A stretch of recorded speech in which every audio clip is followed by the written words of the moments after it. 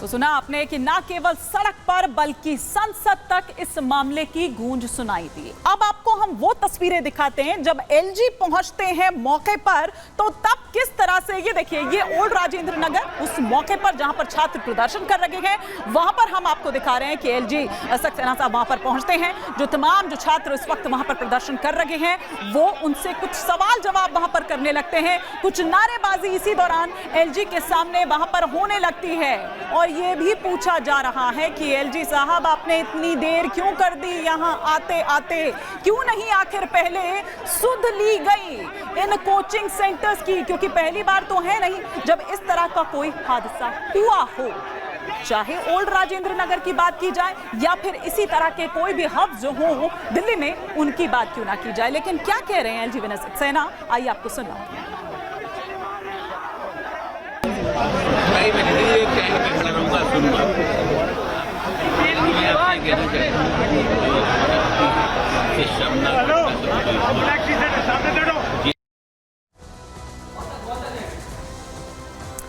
तो ये आपने सुना कि विनय सक्सेना ने यहां पर क्या कुछ कहा, लेकिन छात्र लगातार वहां पर नारेबाजी करते रहे, सवाल उठाते रहे, लेकिन उनके सवालों का जवाब आखिर कौन देगा और कौन है, कितने गुनहगार हैं इस हादसे के पीछे। बल्कि बीजेपी तो ये कह रही है ये हादसा नहीं है, ये हत्या है। इसी से जुड़ी एक रिपोर्ट आपको दिखाते हैं।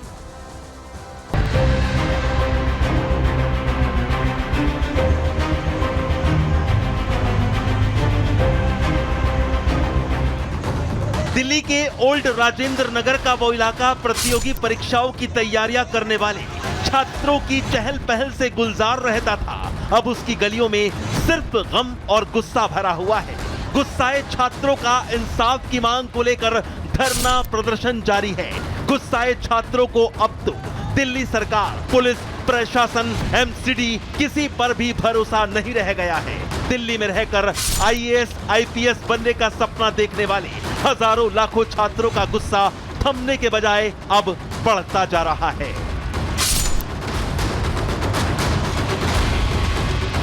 एक तरफ जहां आक्रोशित छात्र प्रदर्शन के साथ साथ जांच की मांग कर रहे हैं, तो वहीं इस मामले में किसी की जवाबदेही तय होने के बजाय सियासत का दौर शुरू हो चुका है। इस मामले को लेकर बीजेपी और आप नेता एक दूसरे पर निशाना साध रहे हैं। बीजेपी भी अब इस मामले में एक्शन के लिए सड़क पर कूद पड़ी है। आम आदमी पार्टी का दफ्तर घेरने निकले बीजेपी कार्यकर्ताओं और पुलिस के बीच जमकर घमासान हुआ।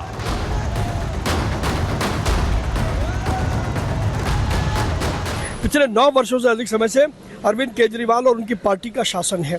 सीधे तौर पर इस मामले में जिम्मेदारी उनकी बनती है।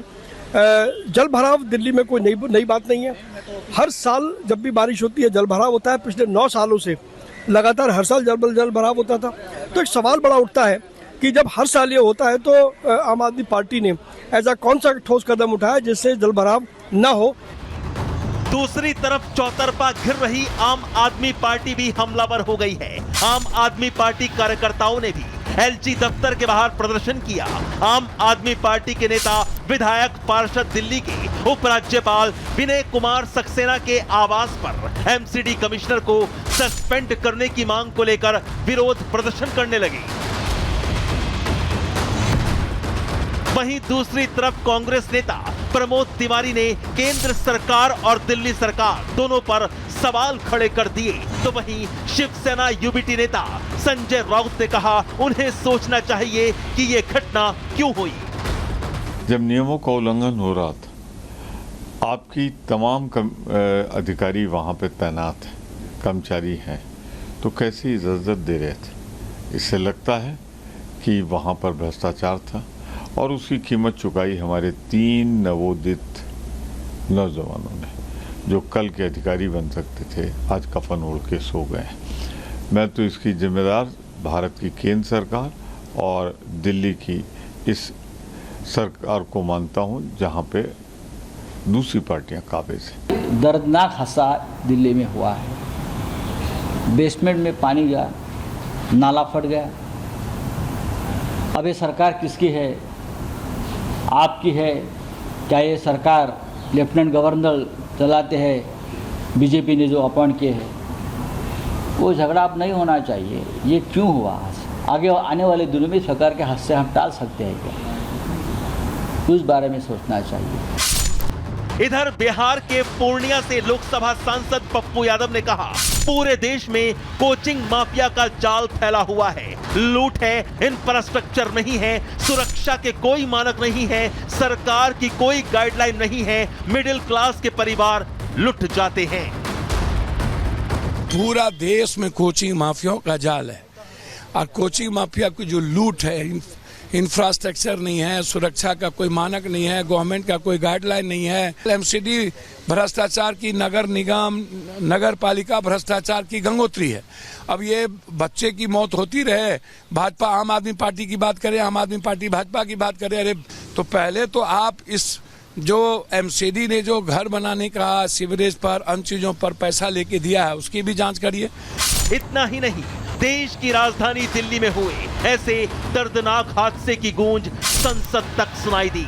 सदन में भी आपके नेता अपनी गलती दूसरों पर मढ़ने की कोशिश कर रहे हैं, जबकि लोकसभा में भी इस हादसे की निष्पक्ष जांच और दोषियों पर कड़ी कार्रवाई की मांग की गई है। Bureau report, Republic Bharat.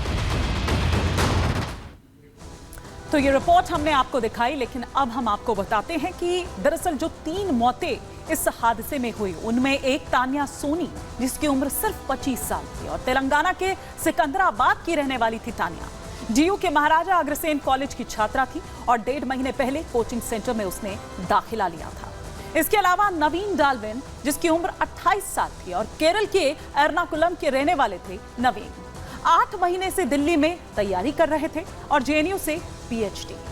वहीं तीसरी जो इसमें अगर मौत हुई उसकी बात करें तो श्रेया यादव, उसकी उम्र भी 25 साल थी। उत्तर प्रदेश के अंबेडकर नगर की रहने वाली थी श्रेया और जून में ही कोचिंग सेंटर में दाखिला लिया था उसने। केएनआईटी सुल्तानपुर से अगर बात करें तो कृषि में उसने बीएससी की है।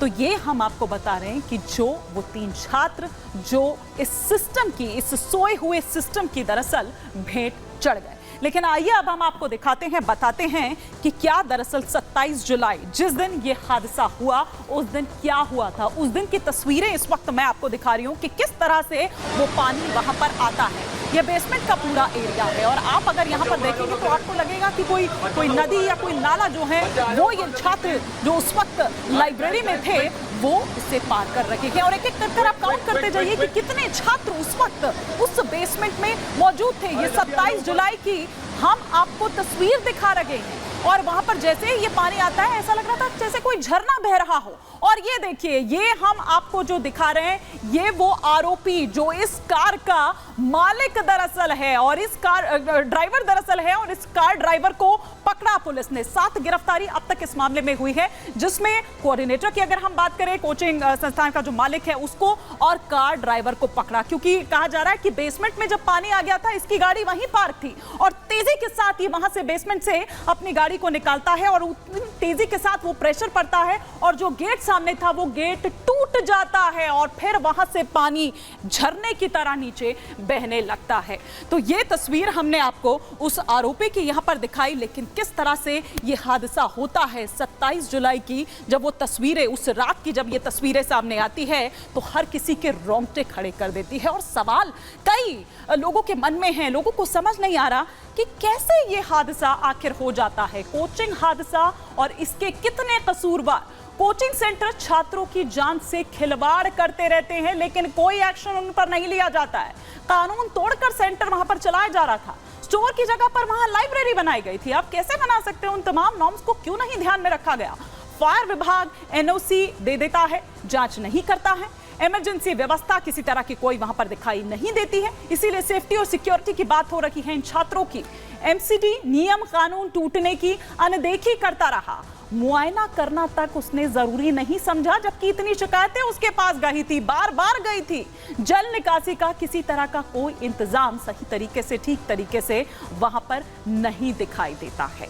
तो ये हम आपको तस्वीरें दिखा रहे थे और साथ ही साथ कितने वो कसूरवार है, सिर्फ एक नहीं, 2 नहीं, बल्कि पूरा मिली भगत जो है वो इसके पीछे दिखाई जाती है और यही कारण है कि इतने सवाल खड़े हो रखे हैं। आज के प्रहार के इस सफर में फिलहाल इतना ही। कल हम फिर हाजिर होंगे एक नए मुद्दे के साथ। तब तक के लिए दीजिए इजाजत। नमस्कार।